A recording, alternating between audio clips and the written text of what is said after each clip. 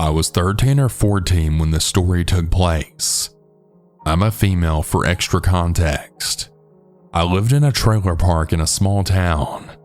It wasn't a stereotypical rundown seated trailer park at the time when we moved in, but over the 10 years that we lived there, it was slowly going downhill.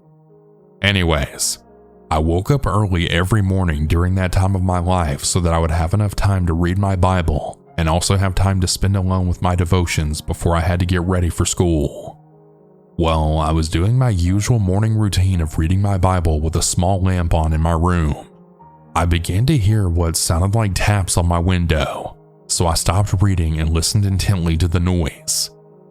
I distinctly heard multiple taps. A few seconds would go by, and again, multiple taps. I wasn't sure if anyone else was awake in my house at the time, so I just thought it had to be my mom in the next room, so I went to go check. No one else was awake. Both my sister and mom were still in bed, sound asleep. Immediately, my stomach dropped to the floor, and I slowly tiptoed back to my room. I tried to ignore the feeling and just went back to reading my Bible. A few seconds later, there it was again. 3 more taps. That is when I realized the sound had to have been coming from my window. I looked at the window, but it was still dark outside, so I couldn't see anything or anyone. I knew there wasn't any bushes or tree branches outside of my window that could be making that noise. So I sat there waiting, listening, and now pretending to read. My heart was beating so hard in my chest that I could hear it in my ears, and that's when I heard what sounded like someone saying my name. I slowly, without looking at my window, got up and went to go get my mom. I woke her up telling her about the tapping at my window and how I thought I heard someone saying my name. She sat up groggily and slowly got out of bed. She came into the kitchen with me to have me tell her again what was happening so that she could fully understand what I was saying now that she was somewhat more awake. I was telling her that I thought someone was outside my window trying to get my attention. That is when I saw him. Out of the corner of my eyes, I saw a man standing on our porch right outside the kitchen window. He was wearing a big bulky coat with the hood covering most of his face. He was waving at me and waving his arm in a come here kind of motion. My mom wasn't in view of the window, so I don't think he could have seen her and she couldn't see him. I started to quietly tell my mom that he was right outside the window when I then heard him say, "Hey, come outside." At first, she didn't want to believe me, so I told her again that he was right there and to just look as I was pointing at the window. That's when she looked, and we both just froze in horror, not knowing what to do. The man, I assumed, saw me pointing him out to my mother, and he ran off the porch. That's when my mom snapped out of her fear and then ran outside to see where he went. We didn't see him, so she told me to continue getting ready for school, and eventually I ran to the bus stop to go meet my friends. In hindsight, I shouldn't have left the house without someone with me, but we were so confused as to what had happened. I guess it was easier to act like it never happened. When I got home from school and my dad came over to hear the story of what had happened, he made us call the cops and tell them. They came to the house, took our statements, and they dusted the window and porch door for fingerprints. They told us that it was good that we hadn't opened the door for him, because just a couple of weeks prior to this, there had been a break-in at a trailer a street over from ours where a lady had been sexually assaulted with her children locked in another room. We don't really know if it was the same guy that knocked on my window and tried to get me to come outside.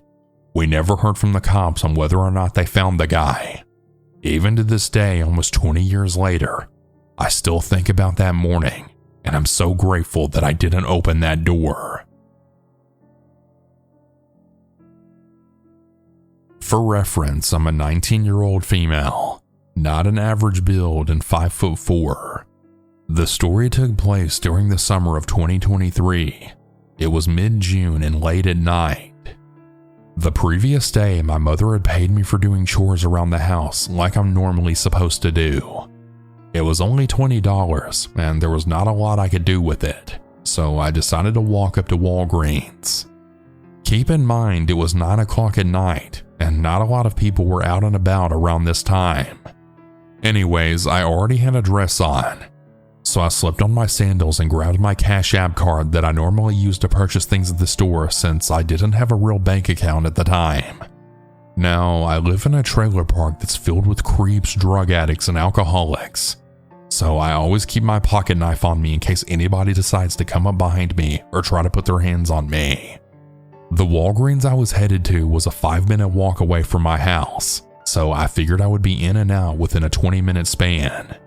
As I was walking in the dead of night, only having the streetlights dimly lit the road enough for me to see so I don't trip over anything that might be lying in the street, I heard a twig snap in the little patch of woods close to the entrance of my trailer park.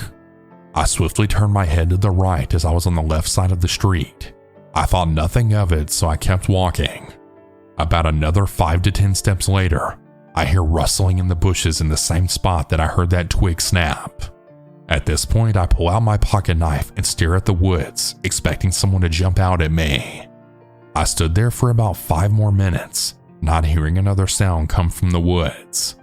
I continue my walk to Walgreens and get there 30 minutes before they have to close, only getting myself 2 2-liter bottles of Coke.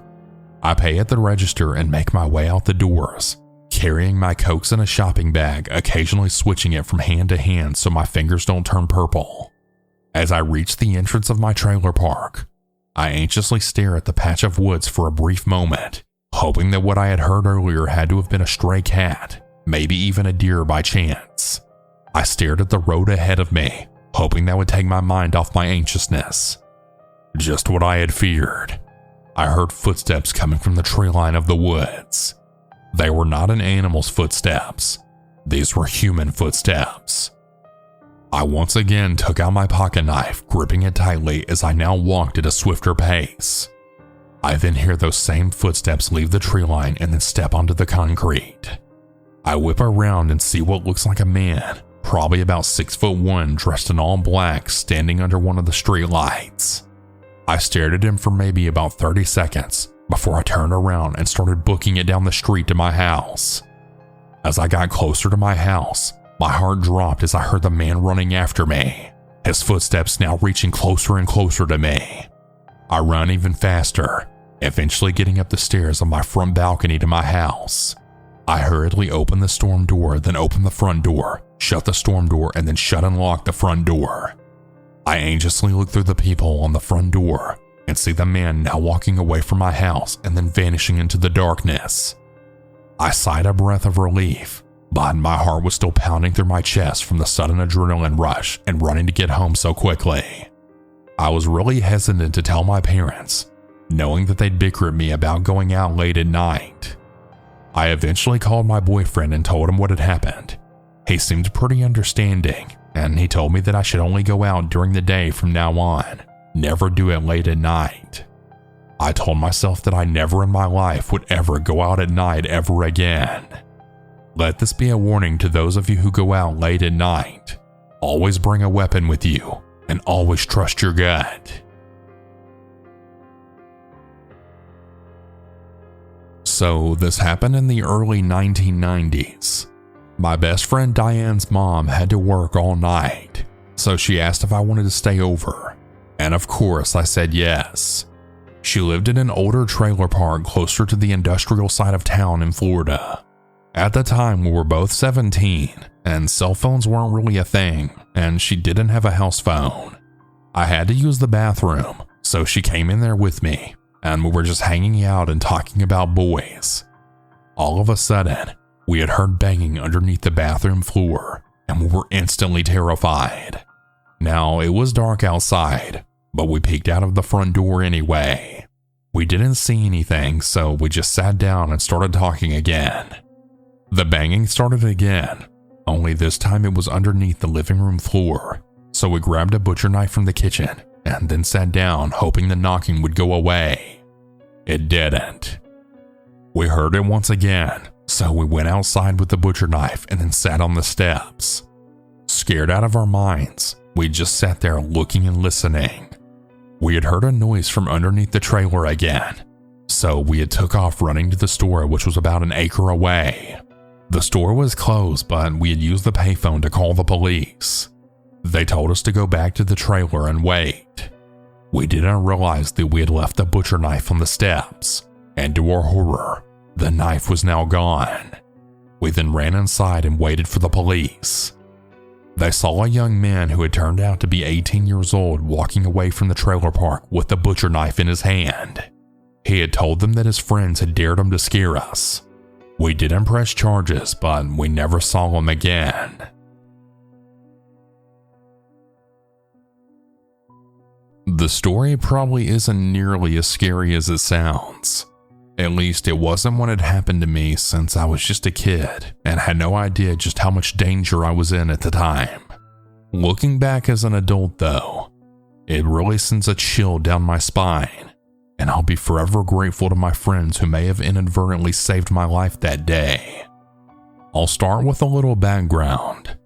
I had a pretty chaotic early childhood, and I was raised by a single father who was a truck driver. Because of his long hours, I spent most of my time being watched by either family or his various girlfriends that came and went. I was also left alone on occasion, and because of this, I quickly became a very independent child, gaining my dad's trust that I was capable of taking care of myself if I really needed to. I used to really resent him for being gone all the time, but I know now that he was just doing his best to keep me fed and a roof over our heads. Anyways, it was understandably difficult for him to maintain a stable relationship as a result of his hectic work schedule. But one day he met the woman that would end up becoming my stepmom. It seemed like a perfect fit, as her father owned a trucking company of his own, and he quickly offered my dad a job where he'd be guaranteed to be home every single night. The only catch is we'd have to move. My dad's old job was based out of Portland, since they were hauling the containers that came off of those big cargo ships that would come through the port. That's where we always lived, and I had spent my first 10 years as a city kid. But my new grandpa's company was in a really rural area. It was the kind of town that isn't really even a town, if that makes any sense. More like a collection of properties that dotted a rural highway. It was the type of place where people say the phrase, "I'm going into town," when they're making a trip to Walmart an hour away. So yeah, it was a big change, but my dad thought it would be good for me. I guess coming from the relatively rough area where we lived in Portland, he had an idyllic image of what our new life in the country would be like. But boy, was he wrong. What at first seemed like our own little piece of paradise in the woods turned out to be more like something out of Deliverance. We lived in a row of a few houses just off the highway. Maybe a few hundred yards behind our house, through trees and thickets of blackberry bushes, was a trailer park. On the other side of our house was a few hundred yards of forest with a river on the other side of it. There was an abandoned railroad bridge that ran over the river, and you could access it from a trail that connected the trailer park to our street and then to the bridge. A few months into living there, I had already made a few friends in the area, since the trailer park was full of kids my age and we all went to school together. I was pretty much given the freedom to go wherever I wanted, but was strictly forbidden from entering the trailer park. It was known to be home to some of society's less desirable citizens, mostly just some meth heads and convicted felons, but a few of its residents were guilty of much more heinous crimes. I knew that when we lived there, we had always heard rumors of there being predators in the park, but nothing concrete was ever confirmed until we moved away. That brings me to the day when this story takes place. I went out to the river looking for a few of my friends. These were the days before cell phones, so I actually had to go out searching for them. We were in a stretch of hot weather and had all agreed the day before to meet up at the river and go swimming. I was walking through the forest along the riverbank when I saw a few of my friends on the opposite side playing in the water. I thought it would be fun to scare them, so I hid in the bushes and started throwing rocks in their general direction to make the water splash near them. After a few minutes, they had started shouting and hurling rocks into the woods towards the direction of the railroad bridge, which was a little further down the bank from where I was. Thoroughly pleased that I had scared them, I made my way to the bridge to cross over and then have a laugh at their expense. The trail crosses under the railroad bridge, and once I got to that point, I had stumbled upon what just seemed like somewhat of an odd discovery at the time. There was a pair of dirty men's underwear sitting in the dirt, which was weird, but it wasn't completely abnormal to find trash down there. Not thinking much of it, I crossed over to the other bank, shouting at my friends about how I totally scared them and such. However, they just seemed puzzled, which in turn confused me. "That's why you were yelling and throwing rocks back across the river, wasn't it?" I asked in confusion. I told them I was trying to scare them by throwing rocks from the other side of the river, but apparently they were completely oblivious to the water splashing around them because they were focused on someone else on the opposite riverbank, and it definitely wasn't me. They explained how there was this man under the bridge and he was watching them. He was known around the trailer park as someone parents warned their kids to stay away from. He had some sort of mental condition, and he was always a little too friendly with the children that lived there. He was probably in his 30s or 40s at the time, and he lived with his elderly mother who was his caretaker. My friend saw him down under the bridge watching them from the other side, and he was completely nude from the waist down. You can only imagine what he might have been doing. To this day, I'm eternally grateful my friends reacted the way they did. Instead of running to their parents, they decided their best course of action was to hurl rocks at him first, which probably wasn't the best idea, but hey, it saved my skin. It's awful that they saw what they did from the other side of that riverbank, but if they didn't do what they did, I would have walked right into something horrific. My dad and stepmom divorced about a year later, and we moved away, but I still kept up with some of those friends I made on MySpace. About a year after I moved, one of my friends told me that same man had tried to abduct a little girl from the trailer park, but was thankfully caught before he could seriously hurt her. Now that he was caught red-handed, the police were able to arrest him, and he was supposedly incarcerated in a mental health facility. Out of curiosity, a few years back, I had looked up that old trailer park on one of those registered sex offender maps online, and it was full of red dots. I'm very grateful that I made it out of that place, and I hope that it's safer for the children that live in the area now.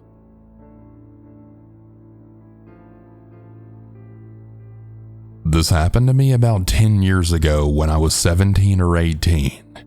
For context, I look very young at 17. Most people thought I was 14 or younger. My whole family was at my aunt's beach house for the weekend. Her beach house is on the bay in a nice trailer park community where everyone knows everyone. My cousins and the other kids wanted s'mores that Saturday night, and me being one of the oldest there, I had to make them. Since the house is in the community, we couldn't make a real fire to make them, so I was just using the grill. All of the adults, my grandparents, my parents, my aunt and uncle, and a few others were on the deck drinking. A few of them were already drunk, including my dad. If all of the adults wanted to look over, they could see me standing at the grill making s'mores. Well, while standing there bored waiting for the marshmallows to cook, I'm looking around and I noticed a car that I hadn't seen parked on the street before, and I knew it didn't belong to any of the neighbors or their friends who are typically down here. I didn't think anything of it at first, and I looked away. A few minutes later, a shady-looking guy comes up to me holding a dog leash. I don't remember exactly what he said word for word, but he said that he was looking for his lost pug. He was very specific about it being a pug. I was being nice, telling him no, I hadn't seen any dog off leash at all. Next thing I know, my dad came off the deck stumbling over and slurring his words. My dad starts to tell me to go into the house, and he tells this guy to go away, and that no, he hasn't seen his dog. And they kept trying to mention this dog to the point that my dad had to tell him to go fuck off. After my dad said that, he had walked away right to the car I noticed earlier that I'd never seen before. Once I got into the house, I was telling my one cousin and his girlfriend who also has a house in the neighborhood. I told him about how he said he was looking for a pug. His girlfriend then tells me she's the only one in the community with a pug.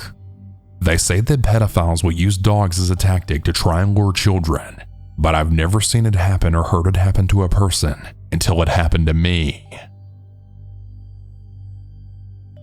Hey everyone, that's about it for today's stories. If you have your own story that you would like to send, you can send it in at southerncannibal.com. or you can email it at southerncannibalstories@gmail.com. I look forward to telling your story. Have a good night or good day, everyone. And remember to always